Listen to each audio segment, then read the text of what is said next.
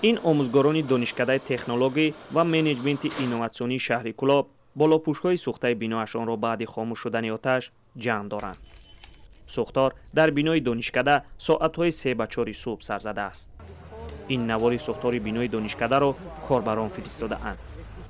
مأموریت دانشکده فرضیه اولیه را در رسش ناقل‌های برقی می‌دانند. ممکن یگان ناقل الکتریکی یگان و یگان ممکن یگان و میکانیک شده یگان گپ شده یک پورک حتما که میره و او را وزارت کارهای داخلی تاجیکستان بعد چند ساعت حادثه خبر داد که قاعده‌های بی‌خطری در دانشکده رعایت نشده سوختار به عمل آمده است. حجم سوختار 200 متر مربع بوده است.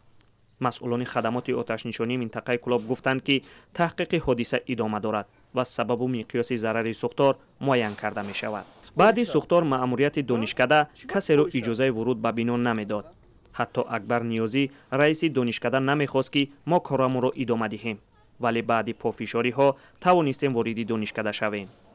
آتش سوزی ساعت 3 شب 3 ایون از این قسمت دانشکده تکنولوژی و منیجمنت شهر کلاب سر زده. مجلسگاه پورا به کام آتش رفته. یک قسمت بیناهای تعلیمی بالاپوشش از آتش ضرر دیده است. خدمات آتش نشانی هم گفتند که در جای حادثه قرار دارند و آتش را الکی خاموش کردند و ضرری وارد شده به دانشکده را حساب و کتاب دارند. اما تا حال مقامات سبب آتش سوزی را در بینای دانشکده شرح ندادند و نگفتند که سبب آتش سوزی در بینای دانشکده از چی سر زده است.